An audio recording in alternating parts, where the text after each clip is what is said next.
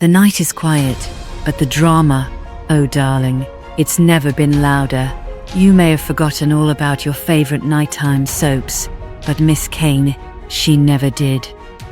She's been watching all the affairs, the betrayals, and the big hair, and now she's here to tell you everything you missed, or perhaps just forgot.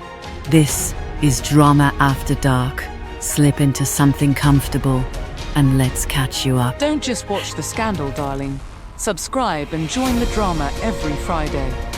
All right, loves, I'm Miss Kane. And yes, I did watch these nighttime soaps as a kid. Back then, I didn't fully understand what I was seeing, but oh, I knew it was juicy. Now I'm all grown up and watching with fresh eyes, a sharper tongue, and a whole lot more perspective. And let me tell you, the drama hits different when you actually get the schemes, the shade, and the scandal. That's why I started Drama After Dark, to relive the chaos, call out the mess, and give these iconic shows the commentary they deserve. So go ahead and pour a drink, get comfortable, and let's get into it, shall we? Oh, Pam, bless her heart, dragging herself to the hospital with Aunt Maggie in tow, only to find Digger laid up again, shaken like a leaf through withdrawals. Maggie tells her, it's not a pretty sight. As if Pam hasn't been watching this circus her whole life. Pam tries to be gracious, thanking her aunt for doing the job her daddy never managed, taking care of himself. Maggie, bless her soul, clings to hope, saying he's almost out of the woods. This time, Cam hears it, and you can just see the ache. This time always turns into the next time, doesn't it? And there she is, whispering an apology to the man who never gave her much but grief. Same old Digger Barnes, breaking hearts while he breaks himself. Honestly. Now, on the way to Southfork, Valeen makes Gary pull over, needing a breath before stepping back into that lion's den. The land is quiet, peaceful, in it, but she knows what's waiting on the other side. Jock's judgment and JR's smirk.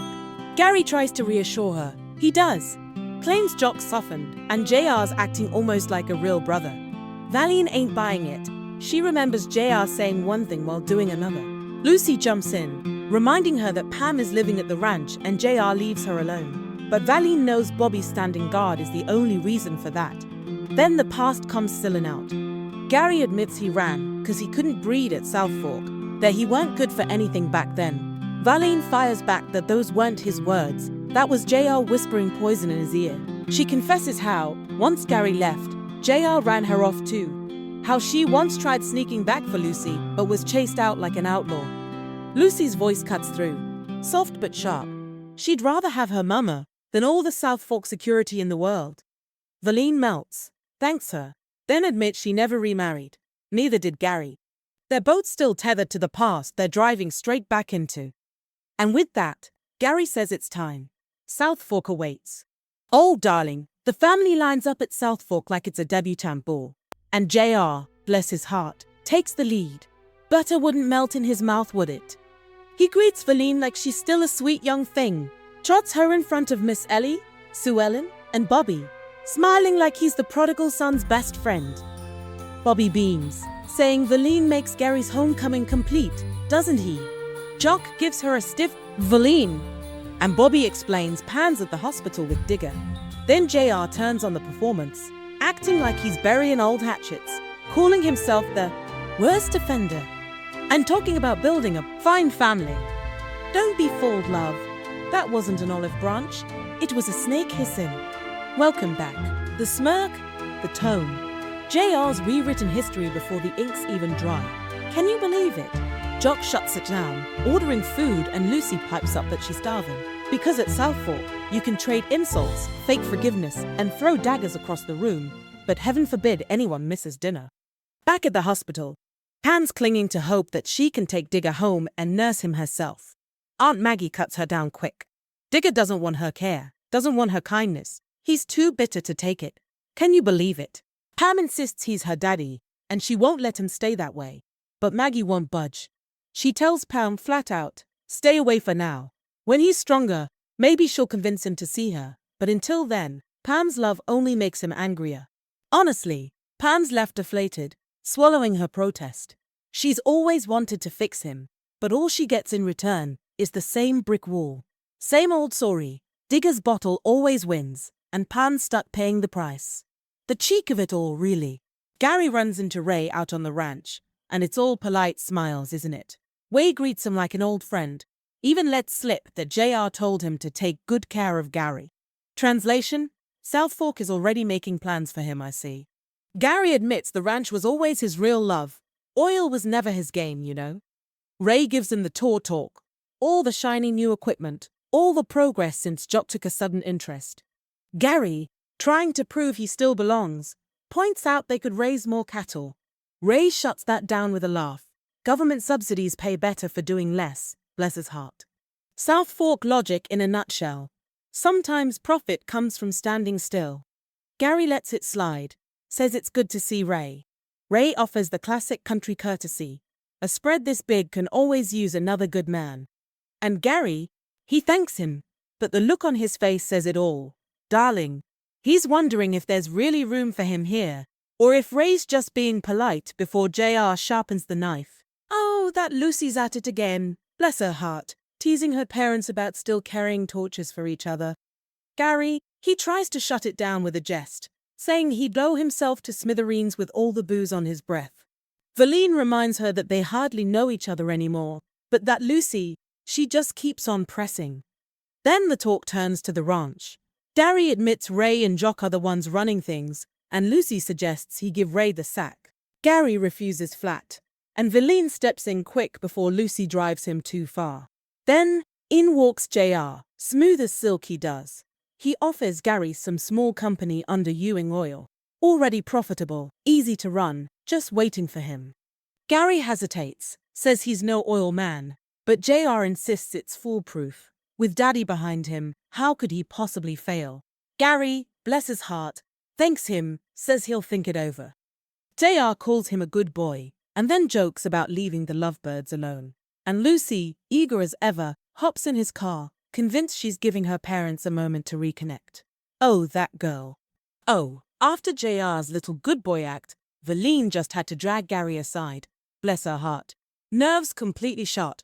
She's telling him to pack his bags, run far, far away, anywhere but Southfork. Gary, sweet thing, he just doesn't get it.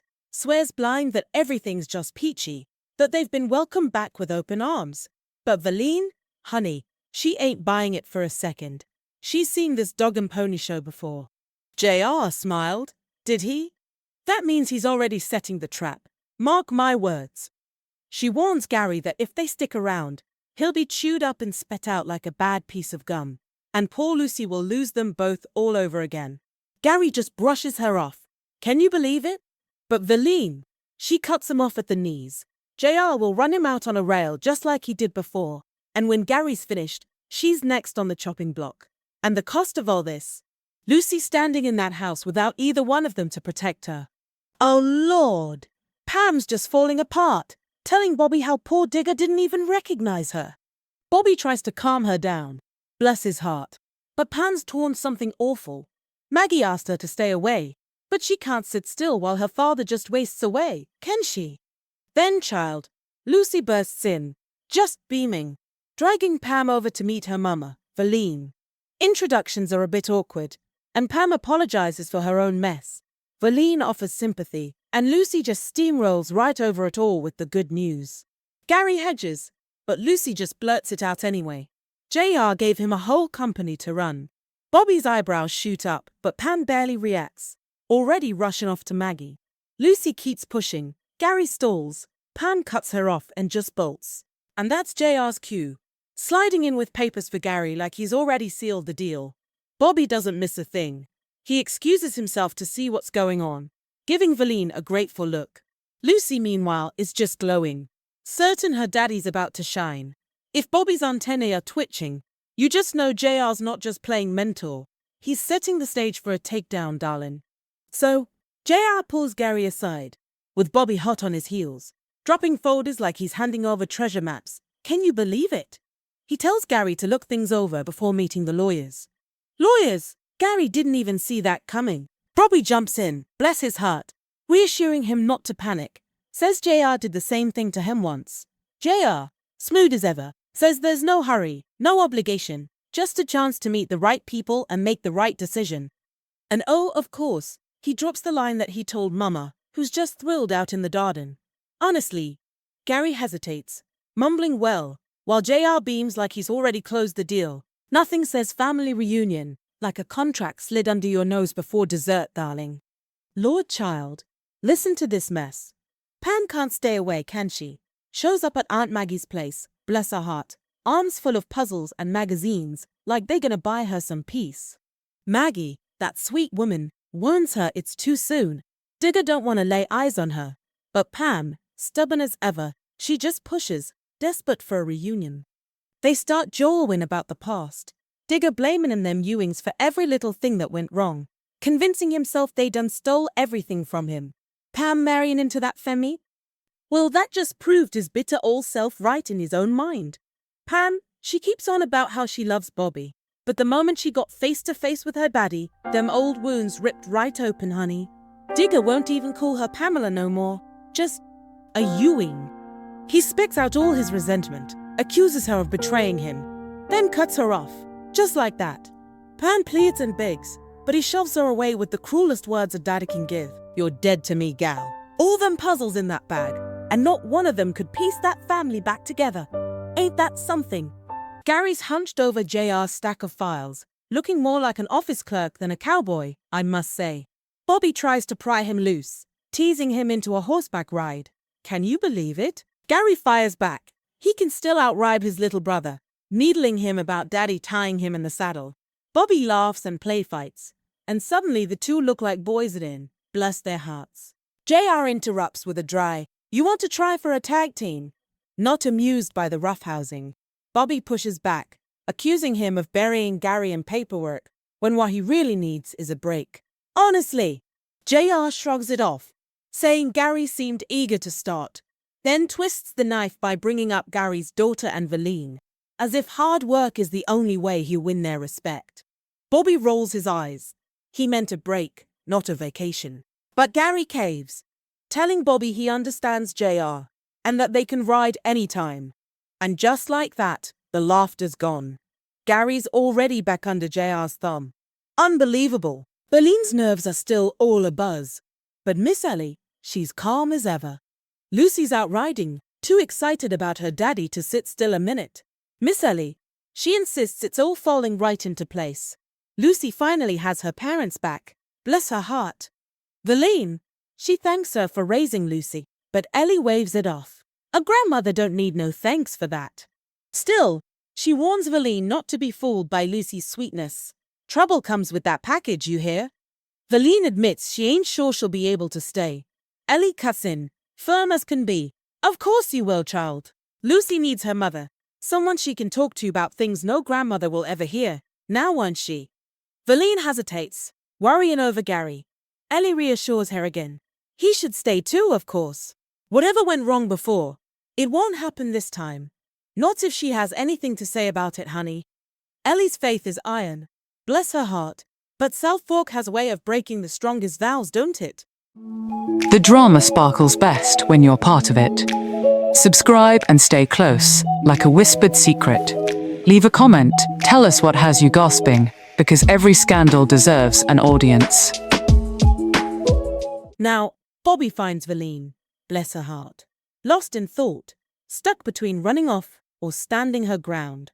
She spills it, worrying herself sick over Gary, and asks Bobby, straight as an arrow, what that JR's up to. Bobby just shrugs it off, says he just gave Gary some papers to look over. Valeen, she ain't letting up. Bobby might have been just a lad last time, but she remembers how this kind of pressure broke Gary something awful before. Bobby defends him, saying Gary's tougher now, more settled, and the company's doing just fine. But Valeen, she ain't buying it. Gary's no businessman, and that Snake JR knows it. Bobby, he finally gives in, telling her to tell Gary to take his time. If he can't handle the job, Bobby'll find something else for him. Valeen softens a bit, thanks him kindly, but that worry, it's still hanging in the air. JR, handing Gary a stack of papers. Valeen sees it for what it is, a loaded gun. Sue Ellen leans in, practically purring about JR's oh-so-brotherly love for Gary. As if handing him a business ain't strategy, darling, but kindness? Please. JR just brushes her off, more fired up about politics than family. When she calls him back to the point, he shrugs, all casual. Gary's busy trying to save a sinking ship, ain't he? Bobby arrives, asking after Gary, and immediately questions the whole setup. Maybe this ain't the right business, maybe not even the right path. JR sells it like a family fairy tale. The company's a gift, Mama's happy, and everyone lives happily ever after. Sue Ellen smiles at that. Oh, she's heard this pitch before, hasn't she? Bobby admits he hardly knows Gary but wants a real chance to. JR smirks. Can't have too many brothers, can we? Sue Ellen cuts in smoothly, reminding Bobby that fairy tales don't always end well, now do they? Bobby warns JR not to do anything to him. JR acts wounded, swearing he's securing Gary's future. Bobby ain't fooled. Fine. But when that future's secure, he'll thank JR. Until then, just stay on the level. Sue Ellen doesn't say it out loud, but her look says everything. The last thing JR ever is level. Well, now, Pam tells Jock and Bobby that Digger's on the mend, though he's still holed up at Aunt Maggie's. Jock offers to help, but Pam just bites back that he's already done enough, hasn't he? Oh, the air's as tense as can be, but nothing prepares them for Digger stumbling in, still shaky and still bitter, bless his heart. He sneers at Pam's gifts, tossing them off as if they were charity. Then he turns on Jock. The same old accusations. Oil wells, money, even his sweetheart stolen. Oh, Jock's had it with the same old history lesson. But this time, Digger cuts straight to the chase, doesn't he? He wants money. Jock demands for what? And Digger spits out the unthinkable. The only thing he has left to sell is Pan. She was a Barnes, now she's a Ewing, and he names his price, 10,000. Jock just stares him down, then coolly counters with 100. And just like that, deal done. Southfork's walls have heard plenty of ugly, haven't they? But watching a father sell off his own daughter, that's a stain no amount of oil money can ever wash clean. Oh, Bobby finds Pan all shattered after Digger's drunken mess, doesn't he? She goes on about how she's just fine, then spits it right out. She's done and dusted with caring about that old fool. Says the sooner she washes his stink right out of her life, the better. Bobby tries to play the comforter, bless his heart, but honestly, what's he gonna do? Knit her a brand new daddy? Pam gathers herself up and walks in on Gary, who's hunched over JR's files like they're all written in Greek, the poor dear. He admits he's read the first page 16 times and still can't focus. She teases him, says he's not dumb, just nervous. He's trying way too hard. And honestly, watching him panic over them spreadsheets is still less pathetic than her daddy selling her for $100. For a moment, they really see each other, don't they? Pam can't fix Digger, but maybe she can steady Gary. And Gary? He knows she's the only one in this house who actually sees him for who he is. At Southfork, it's always the outsiders who find each other, isn't it? But it's the insiders you really gotta watch. Mark my words. Lord!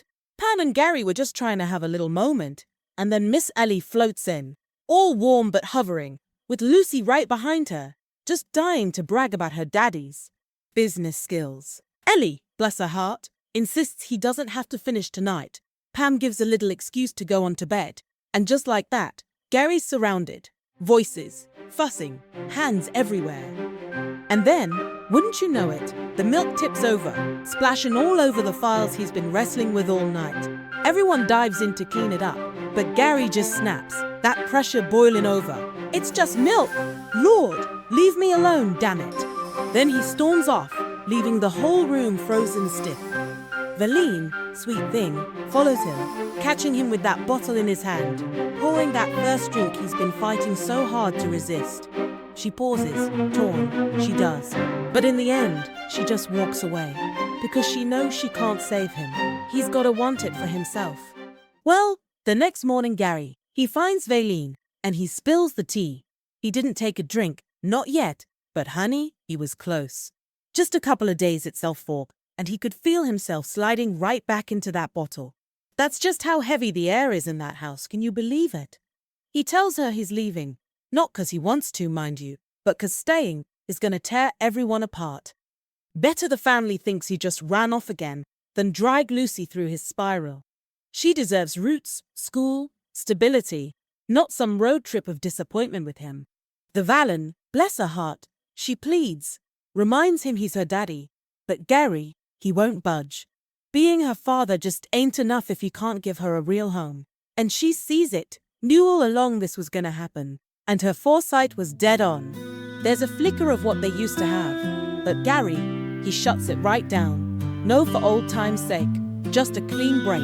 He's finally at peace with the one truth he's in running from. He just doesn't belong with the Ewings, and that's okay. Valeen can't help herself. She confesses he's still the prettiest thing she ever did see. He gives her one last look, says his goodbye, and walks right on out. At Southfork, darling, it's never about who stays. It's always about who just simply can't. JR, bless his heart, tries to act all nonchalant in the morning air. But Valeen sees right through him, honey. She wouldn't be caught dead near him. He just grins, smooth as ever, then offers her choices. Spoiler alert, darling, there's only one. A $5,000 escort out of Texas. Valeen ain't buying it, not for a second. She tells him straight up, he's wrecked everything for nothing. He took a little girl's daddy and cost himself a brother. Also, he wouldn't have to share the spotlight. JR doesn't even flinch. To him, losing a brother is nothing compared to keeping control. But Valeen pushes back harder. Oh yes, she does. Gary never wanted anything from JR but a little piece. Something JR has no use for. He tells her to go get dressed while he writes a check. She spits it right back at him. She won't be bought. He's taken her child, her husband, her hope of a family, but her pride? That's one thing your money can't touch. At Southfork, JR doesn't just play chess. He flips the board, darling. And anyone in his way learns real quick. There's no payout big enough to cover what he's already stolen. Child, Gary's done gone. Valeen's done gone. And the holes they leave? Lord, they echo louder than any old argument. Jock offers to walk Miss Ellie. Bless his heart, but she waves an off. She wanted this reunion more than anyone. And now she just can't understand how it done slipped away. Jock mutters something about people not changing. The kind of line meant to comfort, but really just admits defeat, don't it? Across the room, Bobby tries to talk Lucy down. She's furious, carrying on, insisting she doesn't care, pointing to her daddy's outburst over milk as proof he'll never measure up. Bobby urges her to look deeper, but JR cuts in, all faux concern. The child is upset, and this ain't the time. Translation: shut it down before anyone points fingers his way, bless his heart. Lucy hardens. If her daddy ever comes back, she wants a warning. Not to run to him, but to run from him. Bobby reminds her he's still her father, but Lucy clings to her mama instead. At least with Valeen, she believes someone will come back for her. The youngsters call this family drama. For Lucy, it's just abandonment with a Southfork backdrop, isn't it? Oh, here we go again. Pam's making yet another desperate attempt with Digger. He growls, says he told her to stay away. She snaps right back, says she's done buying his drunken excuses. He spits that he didn't marry a Ewing, she did. Pam doesn't even flinch. Yes, she did. And thank God, because Bobby's a decent man who doesn't stink of booze or shame. Digger insists she doesn't have to put up with him. Han fires back that she does, because he's her father, and she's not ready to bury him alongside the rest of his failures. He may be unwholesome, but he's hers, and she refuses to be pushed away. Digger denies her, tells her to get out. Pam doesn't even blink, says she'll be back. He can roar all he wants, but she won't stop loving him. And that may be the only thing holding him up. Lord have mercy. Gary's gone, and Southfork's just pointing fingers, ain't they? Jock's snarling he'll break Gary's neck if he ever shows his face again. JR? That one just shrugs, saying no one should have expected anything different. Tam, bless her heart, ever the outsider with the backbone, challenges him, only to have Sue Ellen chime in with her dripping sarcasm. Did you really expect a Ewing to be any different, darling? Bobby won't let it slide, though. He presses the point. Maybe Gary wasn't weak at all. Maybe he just refused to play the Ewing brand of survival games. But JR, he dismisses him, calling Gary spineless, the same old quitter who ran out on his daughter and broke his mama's heart. But Bobby, oh, he fires right back. Gary didn't run, he was pushed by a family that knew he wasn't built for the business and shoved him at it anyway. and he lays it bare. He's ashamed of being a Ewing in this moment, but proud to call Gary his brother. That's the difference between Bobby and JR, innit? One sees family as competition, the other is blood. And in this house, the ruthless side usually wins, doesn't it? Oh, Lord! Lucy's on the blower, desperate as can be, chasing after any old trace of her mama. She done gone and convinced herself that Valeen might just be bringing Gary back to set everything right as rain. But JR, bless his heart, cuts her off cold, saying it's never gonna happen, Lucy love. Well, the room just freezes right over. Bobby, he's pushing for a bit of honesty. And Miss Ellie, sweet thing, she wants to shield her. But Lucy, she demands the truth, plain and simple. And JR, that man, smug as ever, he delivers it. Her mama walked away with $5,000 in her pocket. Can you believe it? Lucy's whole world just cracks. The fairy tale reunion she built in her head, traded away for a check. Bobby, he bristle at JR's cruelty, but JR just shoves it off like it's nothing. Say the truth hurts, and at least this messenger lived to tell it. Down at Southfork, money always speaks louder than love. And Lucy? Well, she just got her first real lesson in the Ewing way. Oh my! Well, wasn't that deliciously messy? Miss Kane walked you through the drama, and trust me, the secrets are just starting to spill. But don't think it's over, darling. There's always another scandal waiting in the shadows. This has been Drama After Dark. Until next time, we'll be watching. Will you?